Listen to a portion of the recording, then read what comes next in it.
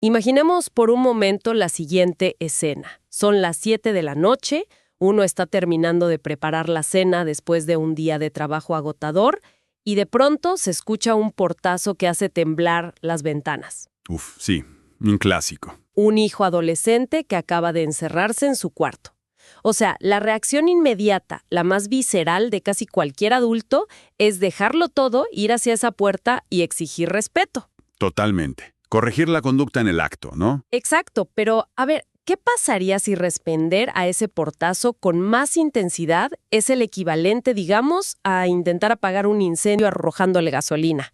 Es una imagen súper fuerte, pero fíjate que resuena profundamente en la dinámica de casi cualquier hogar. Sí, El problema de ir directamente a la corrección punitiva es que estamos reaccionando exclusivamente al ruido. O sea, ignorando por completo el clima interno que provocó ese estallido en primer lugar. haz de cuenta que estamos intentando parchar una pared sin darnos cuenta de que los cimientos se están hundiendo. Exactamente. Pues justo hoy vamos a hacer una inmersión profunda en esa raíz invisible que sostiene a las familias.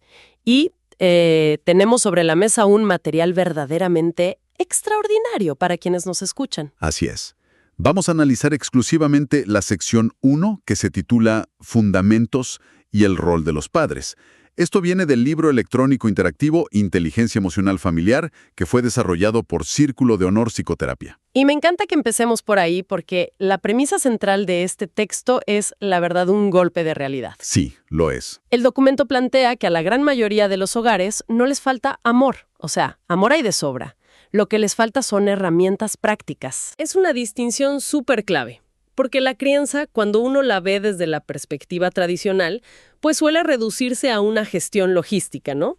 Claro. Que coman bien, que vayan a la escuela, que cumplan con la tarea. Ajá. Pero este análisis nos empuja a ver que criar es, antes que nada, educar la vida emocional. Y ahí los adultos no son simples proveedores, son los arquitectos de todo el ecosistema.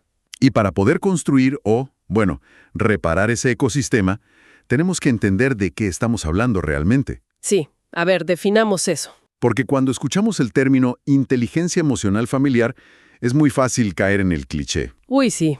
Uno se imagina un comercial de televisión.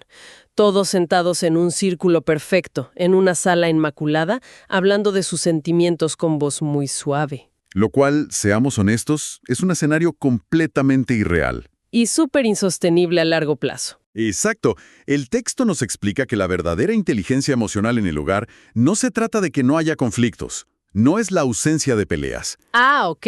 Se trata de cómo la familia navega el caos, cómo responde cuando las cosas duelen o frustran, y cómo logran mantener el vínculo intacto en medio de una tensión muy fuerte. O sea, no es dejar de sentir enojo, sino qué hacemos con ese enojo. Exactamente. Y el material de Círculo de Honor Psicoterapia destaca 4 habilidades centrales para esto. La primera es reconocer. A ver, vamos a desempacar esto paso a paso. Porque esa primera, la de reconocer lo que verdaderamente está pasando por dentro del otro, me parece la piedra angular. ¿Lo es? El texto menciona un dato que me pareció revelador. Dice que no todo mal humor es enojo puro. Fíjate que ese es uno de los puntos más críticos. Muchas veces solo vemos la punta del iceberg, ¿no? La mala cara, la respuesta cortante. Ajá. Pero debajo de la superficie, el cerebro de un niño o de un adolescente está procesando emociones súper complejas que no sabe nombrar. Claro, no tienen el vocabulario. Exacto. Un niño que tira sus juguetas podría estar lidiando con una profunda vergüenza porque no pudo resolver algo en la escuela.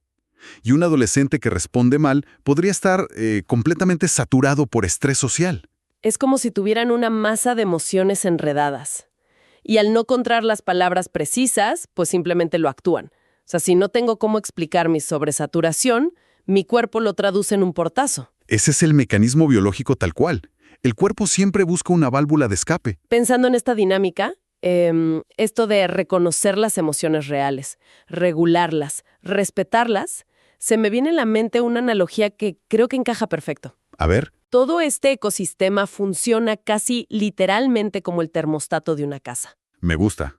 ¿Cómo operarían las 4 habilidades del texto en ese termostato? Pues imaginemos el panel de control. Si uno no sabe leer los números que aparecen en la pantalla, no tiene idea de si adentro hace un frío extremo o si estamos al borde de un incendio. Claro. Esa incapacidad de leer los números sería la falta de reconocimiento emocional. Tiene todo el sentido. Ahora, supongamos que sí vemos que la temperatura está subiendo peligrosamente, pero los botones para ajustarla están rotos. ¿Eso sería la falta de regulación? Exacto. Si no se puede ajustar la temperatura, el clima interno se vuelve invivible. Y supongo que la habilidad de respetar y validar la emoción entraría en aceptar lo que marca el sensor, ¿no? Sí.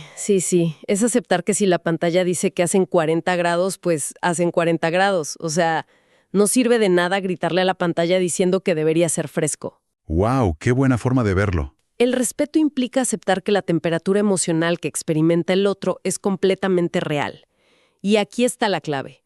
Tener un buen termostato no evita que haya tormentas afuera. Claro, el clima exterior va a cambiar. Va a haber días de crisis y estrés extremo en la familia, pero el sistema asegura que la casa internamente no se congele ni se incendia sin control. Es una analogía sumamente precisa. Y fíjate que clarifica un malentendido enorme que menciona el documento sobre la regulación emocional. ¿Cuál es ese?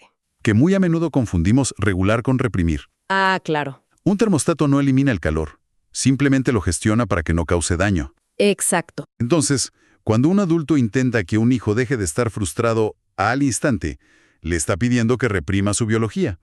Y la meta, según el texto, no es suprimir la emoción, es conducirla. O sea, pasar de la clásica pregunta de ¿cómo hago para que me obedezca ya? A preguntarnos ¿qué le está pasando por dentro para que resistirse sea su única respuesta? Exactamente. Y esto nos lleva naturalmente al segundo capítulo del análisis. Si el hogar es el ecosistema, la gran pregunta es ¿quién opera ese panel de control? Pues los adultos, ¿no? Los padres. Así es. Los padres asumen el rol de guías absolutos.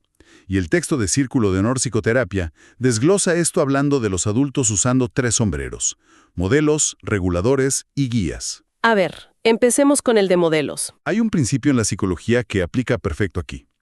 Las palabras informan, pero los comportamientos arrastran. Los hijos aprenden a vivir observando meticulosamente cómo los adultos navegan sus propias tormentas. Es una responsabilidad enorme y muy silenciosa. Porque uno puede sentarse a dar un discurso espectacular sobre la importancia de la paciencia, ¿no? Ajá. Pero si al día siguiente estamos atrapados en el tráfico y empezamos a golpear el volante y a gritar insultos, pues el verdadero aprendizaje que se está grabando en el cerebro del niño es esa reacción ante el estrés. Totalmente. El discurso desaparece frente a la acción. O sea, el modelo pesa más. ¿Y esto se entrelaza con el sombrero de reguladores? El texto menciona uno de los conceptos más fascinantes para mí: la capacidad de los hijos de tomar prestada la calma del adulto. Me encanta ese término, tomar prestada la calma. A ver, exploremos los engranajes detrás de esto. ¿Qué está pasando físicamente en el cuerpo cuando ocurre esta corregulación? Pues mira, cuando un niño o un joven entra en un estado de desborde emocional intenso, lo que llamamos berrinche o crisis, su corteza prefrontal se desconecta temporalmente. Que es la parte racional del cerebro, ¿verdad? Exacto, la parte lógica. Y el mando lo toma la amígdala, que es el centro de alarmas. En ese estado, el cuerpo se inunda de cortisol. Se prepara para huir o pelear. ¡Wow! En ese preciso momento biológico, no tienen la capacidad neurológica de calmarse por sí mismos. Necesitan un ancla externa. O sea, necesitan conectarse al sistema nervioso de un adulto que sí esté regulado. Era autoridad. Le estamos enviando la señal biológica de que, efectivamente, hay una emergencia grave. Exacto. Le echas gasolina al fuego. Es como si mi cerebro le dijera al suyo, tienes razón en entrar en pánico porque yo también estoy en pánico. Tal cual. En cambio, si uno baja la voz, habla lento, le ofrece un refugio. Su sistema empieza a sintonizarse con pulsaciones más bajas, tomando prestada esa estabilidad. Y ojo, el rol evoluciona. ¿A qué te refieres? El texto aclara que en la primaria, el sombrero de guía implica contención muy concreta y física, pero en la secundaria requiere ceder parte del control invasivo, cambiar instrucciones directas por conversaciones, manteniendo límites claros, claro está. Ok, aquí es donde me tengo que poner el sombrero de abogado del diablo. Adelante. Todo esto de ser el modelo impecable, de prestar la calma, de gestionar límites con empatía siempre, pues suena extenuante. Sí suena. O sea, ¿acaso la teoría asume que los padres deben ser una especie de monjes zen inalterables? Pensemos en la realidad de quienes nos escuchan. Uno se preocupa por el dinero, se hace tarde para el trabajo, el perro rompió algo. Claro, la vida real. Si uno pierde la paciencia, significa que ya arruinamos el clima familiar para siempre. Es una inquietud súper válida. Y afortunadamente, la fuente nos da un respiro enorme aquí. La respuesta corta es no, menos mal. El lugar decisivo que ocupan los adultos en este ecosistema no exige perfección, exige conciencia. A ver, explícame eso. El aprendizaje real, según el material, ocurre en lo que uno hace inmediatamente después del error. Ah, ok. Un adulto que pierde la paciencia y levanta la voz, pero que horas más tarde se acerca a su hijo y le dice, oye, estaba muy estresado, me equivoqué al gritarte y te pido una disculpa. Ese adulto está entregando una lección magistral. Está modelando cómo se asume la responsabilidad. Exactamente. Esa vulnerabilidad crea un entorno infinitamente más seguro que la ilusión de unos padres que nunca fallan. Eso verdaderamente alivia la carga, ¿no? Nos quita la presión de ser perfectos. Ahora, si aceptamos este rol imperfecto pero fundamental, la principal herramienta diaria que tenemos para ejecutarlo es, sin duda, nuestra comunicación. Totalmente. Esto nos lleva al tercer capítulo de la guía. ¿Cómo estructuramos lo que decimos para corregir sin destruir? El texto señala que el problema rara vez es qué se dice, sino cómo se dice. Y analiza 3 estilos. Ajá. El pasivo, donde se calla y se acumula resentimiento.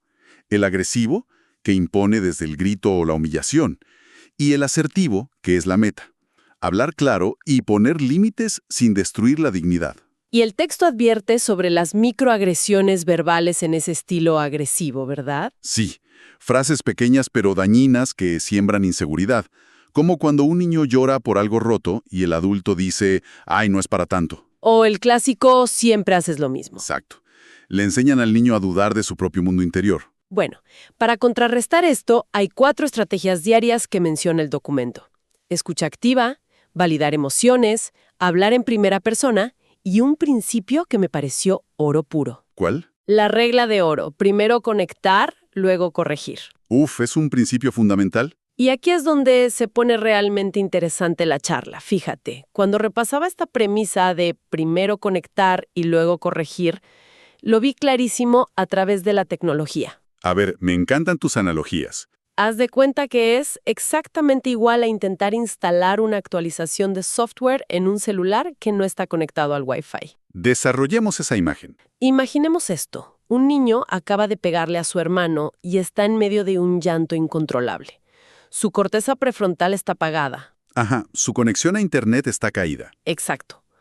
Si alguien se para enfrente con los brazos cruzados y empieza a darle un discurso moral súper lógico sobre las consecuencias de sus actos, pues está intentando descargar la actualización de software. Es una lección valiosa, pero ¿qué pasa si fuerzas la descarga sin conexión? Pues el sistema simplemente arroja error, la pantalla se congela.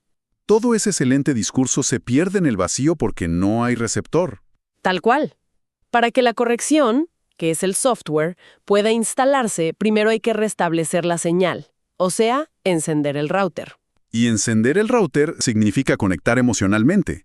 Agacharse a su nivel, usar un tono suave, validar diciendo, oye, veo que esto te frustró muchísimo. Y al hacer eso el sistema nervioso empieza a regularse y la corteza prefrontal vuelve a estar en línea. Y una vez que notas que recuperó la conexión, entonces oprimes descargar.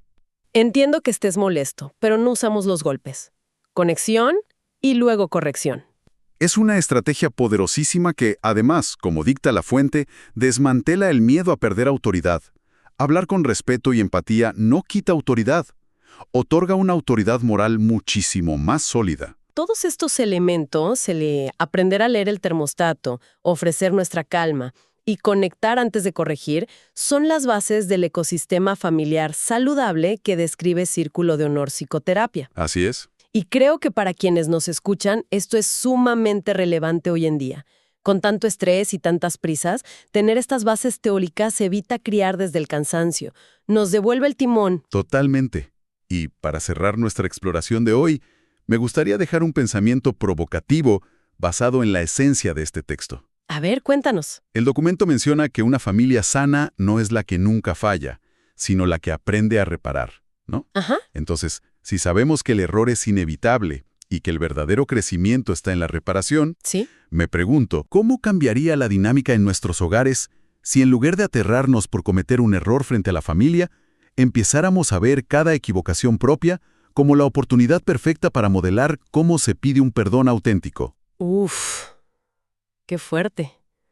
Dejar de ver nuestras fallas como un fracaso del termostato y verlas como la clase magistral de cómo volver a encenderlo juntos. Exactamente. Es una perspectiva increíble que nos permite enfocarnos en seguir aprendiendo y reparando.